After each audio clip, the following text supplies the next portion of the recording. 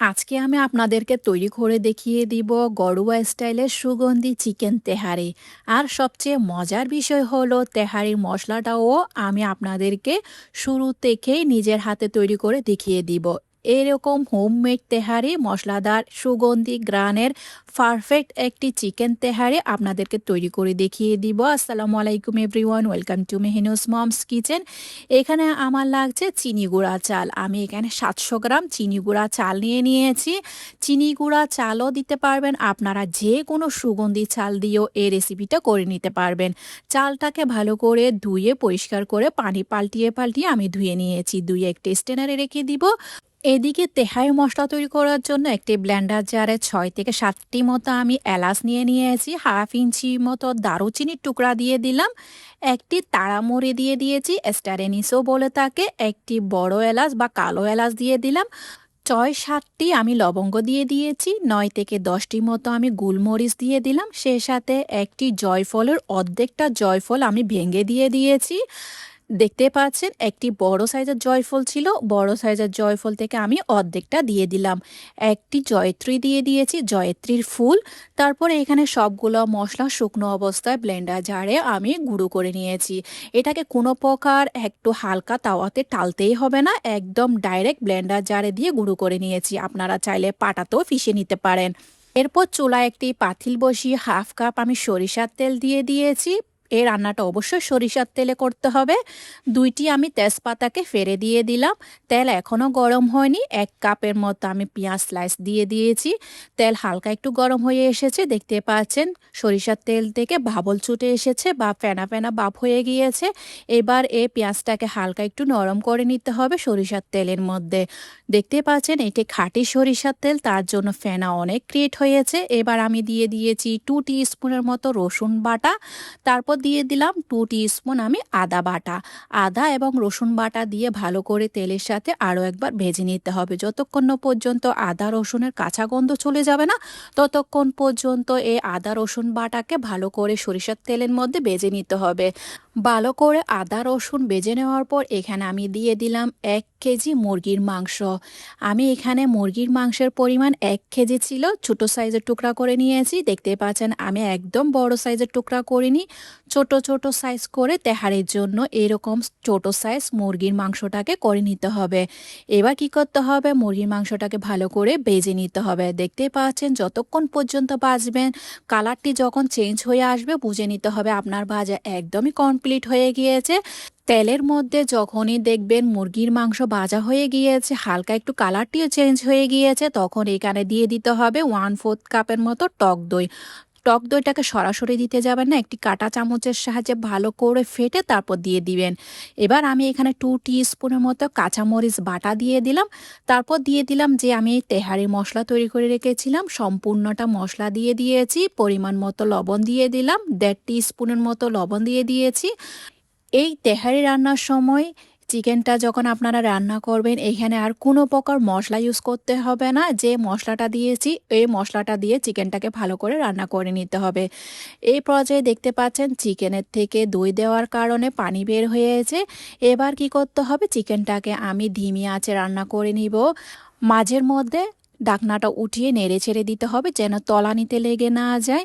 দেখতে পাচ্ছেন আমি এখানে কোনো প্রকার পানি ইউজ করিনি। চিকেনের থেকে যে পানি বের হয়েছে ওই পানিটি দিয়ে আমি সম্পূর্ণ চিকেনটা রান্না করে নিয়েছি। তবে চিকেন সিদ্ধ করার সময় আপনারা 90%-এর মতো সিদ্ধ করবেন, আর 10% আমরা যখন ভাত রান্না করব ভাতের সাথে চিকেনটা সিদ্ধ হয়ে যাবে। বেশি অতিরিক্ত রান্না করে থাকলে চিকেনটা যখন আমরা ভাত রান্না করব ছিঁড়ে ছিঁড়ে যাওয়ার সম্ভাবনা থাকবে। আমি চিকেনটার সম্পূর্ণ রান্না হয়ে যাওয়ার পর এক পাশে রেখে দিয়েছি। যে পাত্রে আমি তেহারি রান্না করব ওখানে 2 থেকে 3 টেবিল স্পুনের মতো সরিষার তেল দিয়ে দিয়েছি। সরিষার তেলের মধ্যে ধুয়ে রাখা চালটা দিয়ে দিলাম। চালটা যখন আমি ধুয়ে রেখে 30 মিনিটের জন্য রেখে দিয়েছিলাম, পানিটি সম্পূর্ণ ঝরে যাওয়ার পর একদম জর্জরা হয়ে গিয়েছে এই চালটা। সরিষার তেলের মধ্যে চালটাকে ভালো করে 3 থেকে 4 মিনিট অথবা 5 মিনিটের মতো চুলার আঁচ লোতে করে দিয়ে ভেজে নিতে হবে। এভাবে যদি আপনারা চাল ভেজে তেহারি রান্না করেন বা পোলাও ভাত রান্না করেন তাহলে এই গরমে প্রচণ্ড গরমে ভাত পচে যাওয়ার সম্ভাবনা থাকে। তাই এভাবে যদি আপনারা ভেজে পোলাও ভাত বা তেহারি রান্না করেন তাহলে কোনো প্রকারেই আপনাদের পোলাও ভাত বা তেহারি নষ্ট হবে না। চালটাকে ভালো করে বেছে নেওয়ার পর এখানে আমি দিয়ে দিলাম রান্না করে রাখা মুরগির মাংসগুলা, সব মশলা সহ একসাথে ভালো করে দিয়ে দিয়েছি। এবার আর কিছুই নয়, চালের সাথে মুরগির মাংসটা ভালো করে মিশিয়ে নেওয়ার পর এখানে আমি পরিমাণ মতো পানি দিব। আপনারা যদি চান, আমি এখানে 1 কেজি মুরগির মাংস নিয়েছি, 700 গ্রামের মতো চাল দিয়ে দিয়েছি। আপনারা চাইলে 1 কেজি মুরগির মাংসর সাথে 800 থেকে 900 গ্রামের মতো চাল দিতে পারেন। আজকে আমি যেহেতু 700 গ্রাম চিনি গুঁড়া চাল নিয়েছি তার জন্য এখানে আমি 1 লিটার আরও 400 মিলিলিটার গরম পানি ব্যবহার করেছি। পানির পরিমাণটা হচ্ছে যতটুকু আপনি চাল নেবেন তার ডবল গরম পানি ইউজ করবেন।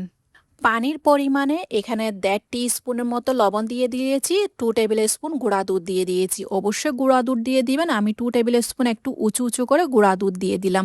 এরপর কি করতে হবে, সবগুলা গুঁড়া দুধ ভালো করে পানির সাথে মিশিয়ে নিতে হবে। এই পর্যায়ে লবণটা একটু চেক করে দেখবেন, লবণের পরিমাণটা এমনভাবে দিবেন যেন পানির মধ্যে লবণের টেস্টটা যেন একটু বেশি পরিমাণের আসে, তাহলে আপনার একদম পারফেক্ট তেহারির মধ্যে লবণের টেস্টটা একদম পারফেক্ট থাকবে। এরপর যখন পানিটি হালকা একটু শুকিয়ে যাবে 1 টিস্পুনের মতো আমি চিনি দিয়ে দিয়েছি, 5 থেকে 6টি মতো কাঁচামরিচ দিয়ে দিলাম, 1 টেবিল স্পুন গোলাপ জল দিয়ে দিয়েছি। আপনারা চাইলে কেওড়া জলটা ইউজ করতে পারেন। চুলার আঁচ কিন্তু এই পর্যায়ে একদমই লো করে দিবেন। হালকা একটু ভালো করে নেড়ে ছেড়ে দিয়েছি। ভালো করে নেড়ে ছেড়ে দেওয়ার পর এভাবে 2-3 মিনিটের মতো আমি রেখে দিব। চুলার আঁচ কিন্তু একদমই লোতে রাখবেন। 2 থেকে 3 মিনিট পর ঢাকনাটা উঠিয়ে উপরটা নিচে নিচেরটা উপরে করে চালটাকে ভালো করে আরেকবার মিশিয়ে নিয়েছি। মেশাতে মেশাতে আপনাদের কাছে আমার একটাই রিকোয়েস্ট, আমার রেসিপি যদি আপনাদের কাছে ভালো লেগে থাকে তাহলে ফ্রেন্ডস অ্যান্ড ফ্যামিলির সাথে অবশ্যই শেয়ার করবেন, লাইক কমেন্ট সাবস্ক্রাইব করতে একদমই ভুলবেন না। আর আমার ফেসবুক পেজটাকে ফলো করে দিয়ে যাবেন।